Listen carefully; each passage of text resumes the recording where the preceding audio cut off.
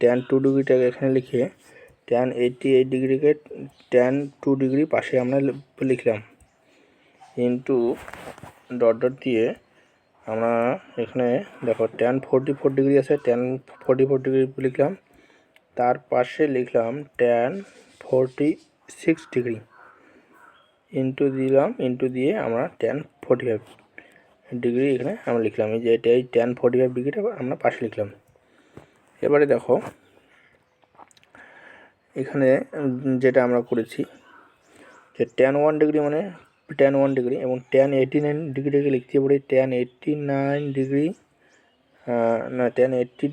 90 degree -1, কারণ 90 degree -1 মানে 89 degree into দিয়ে ট্যান 2 ডিগ্রি লিখে তার পাশে আছে ট্যান 88 ডিগ্রি, তো ট্যান 88 ডিগ্রিকে লিখতে পারি ট্যান 90 -2